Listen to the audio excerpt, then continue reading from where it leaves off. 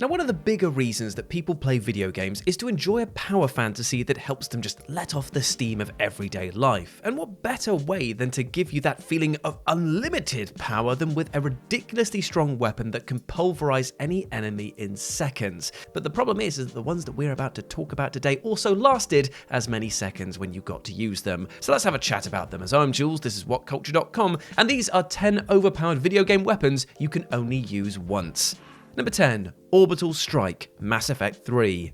The science fiction world of Mass Effect is filled with terrifying weapons of mass destruction, but unfortunately, whenever Commander Shepard goes on yet another suicide mission, they only get to bring regular guns and a little bit of psychic power with them. That is, with the only exception being this special mission in Mass Effect 3, and this operation is the only time where Shepard gets to play with the big guns of their universe. More specifically, they get to activate an experimental orbital beam mounted on the Normandy. The laser is powerful enough to take down a Reaper, and that is exactly what you'll find yourself doing here, ordering strike after strike to destroy one of the galaxy's greatest threats in very cool style. The sequence is done really well, as it maintains a sense of urgency and danger while simultaneously letting you have fun with your deadly new toy. The Reaper never feels weak, but dropping a huge laser beam into it, well, it feels very satisfying. Number 9. The Master Ball, Pokemon.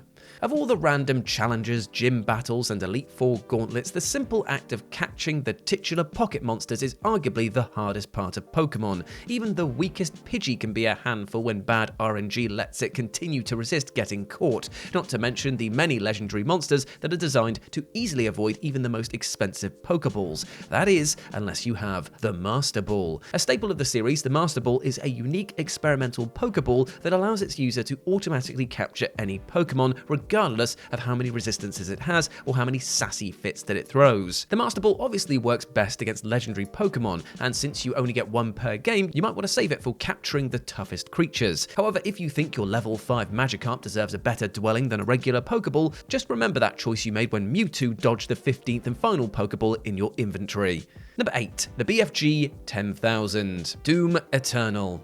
The BFG 9000 has been a huge part of the Doom series ever since the first game, and appears in many other titles after it. It's a huge weapon with even greater firepower, which makes it completely worthy of the name hiding behind its acronym. But what if for some reason the BFG 9000's destructive force just isn't enough? What if you wanted to take down something even bigger? Well, don't worry, because Doom Eternal has you covered with the BFG 9000's big cousin, the BFG 10,000. The 10,000 variant of the BFG weapon is a building-sized cannon that's mounted on top of the Phobos moon base. Doom Guy gets to fire it only once in the game, but when he does, well, he makes sure that it counts. Upon activation, the cannon releases a huge laser beam that blows a hole straight through the surface of Mars, killing thousands of demons and creating a gateway to the ancient city beneath. The destruction makes for a lovely spectacle, and as a bonus, once the cannon turns off, you get a free BFG 9000 that served as its engine. And you know a weapon is good when it's powered by a smaller version of itself.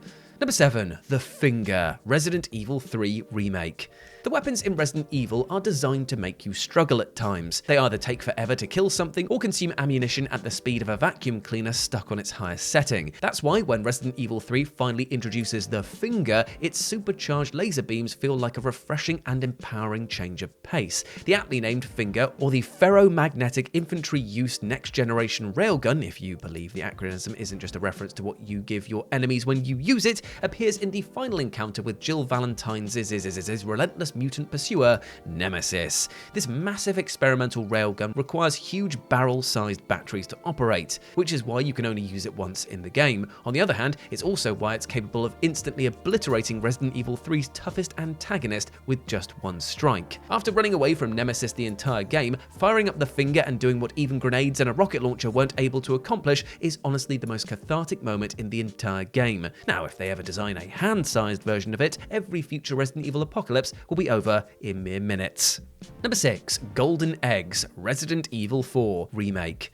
Now, Resident Evil 3 might have its futuristic mega laser, but it's actually not the only game in the franchise in possession of a one-time super weapon. Resident Evil 4 also features a similar kind of destructive force, although it looks a lot less conspicuous than the prequel's counterpart. One of the collectible items in Resident Evil 4, a pair of golden eggs, can actually be used for more than a quick buck from the merchant. The eggs are secretly the weakness of the game's secondary antagonist, Ramon Salazar, and is capable of fully depleting his health in seconds. Yes, that's right, one of the main bosses in Resident Evil 4 can be destroyed using eggs. If you kept onto a golden one until the fight, using it is actually the easiest and fastest victory that you can achieve in the entire game. It's also the only victory like this, as the golden eggs don't have any real combat applications aside from Salazar's apparent allergy to them. They might be worth a lot of money, but on the other hand, the feeling of satisfaction you get from throwing an egg into a giant mutated monster and then watching it die horribly, well, it's just simply priceless.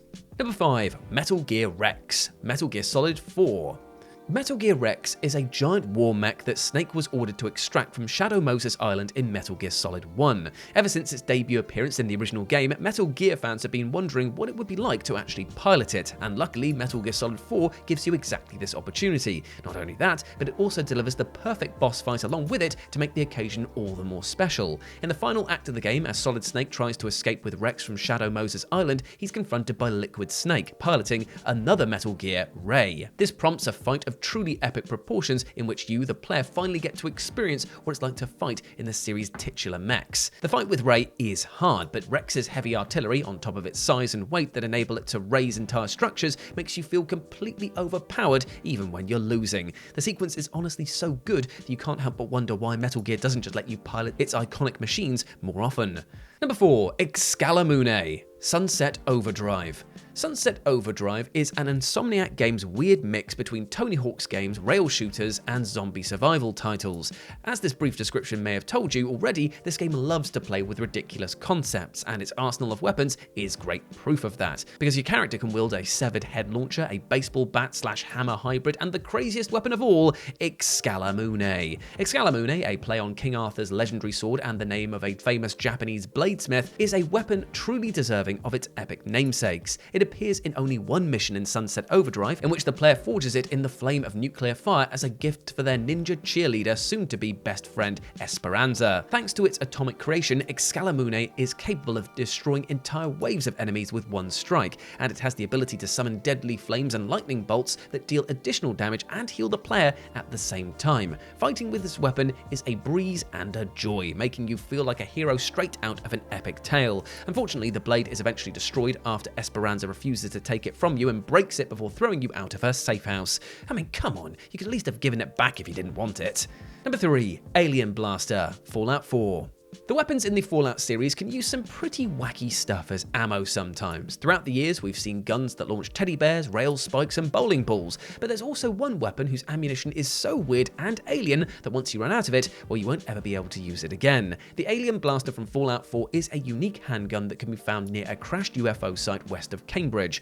The blaster shoots unique blue projectiles that deal more damage than any other laser weapon in the game. However, the source of its power comes from special alien rounds that can only be looted from the gun's previous owner. Thanks to its relative proximity to the starting location, you can actually get the blaster pretty quickly and even kill the toughest of Fallout enemies with ease. Unfortunately, once you run out of ammo for it, the blaster's awesome power is gone for good. You can technically still use it if you replace its magazine with a regular laser pistol one, but it makes it significantly weaker in combat. Patrolling the Commonwealth with this modded variant will only just make you wish for an alien invasion, so you can get some more stuff. Number 2. Rune Powder Barrel. Baldur's Gate 3.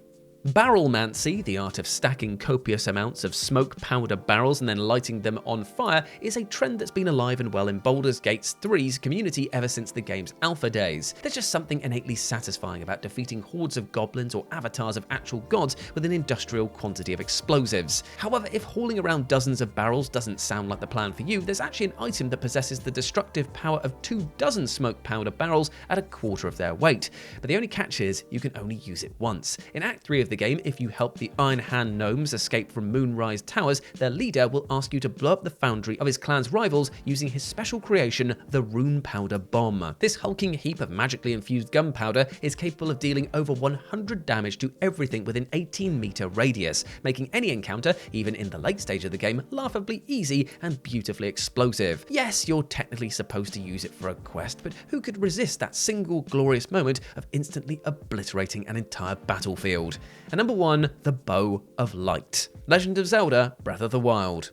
One of the more annoying parts of Legend of Zelda Breath of the Wild is the short durability of pretty much every weapon in the game. Even the most powerful equipment will eventually break and crumble away, which is why it's especially painful that one time you get your hands on a deadly and indestructible bow and you can only use it in the final fight with Ganon. The Bow of Light is a unique legendary bow that Princess Zelda gifts to Link at the end of the game in order to help him destroy his arch nemesis. It has an attack power of 100 and shoots special light arrows that explode on impact. Using the bow during the final encounter makes you feel genuinely overpowered, as even a single shot from it is capable of taking away a huge chunk of Ganon's health, and it makes for a rather satisfying and climactic end to your quest, although you do kind of wish that there was another way to keep it around after the fight. After all, maybe if Link had had it on himself at all times, Ganon would think twice about even coming back in the first place, because yeah, I wouldn't want to mess with that.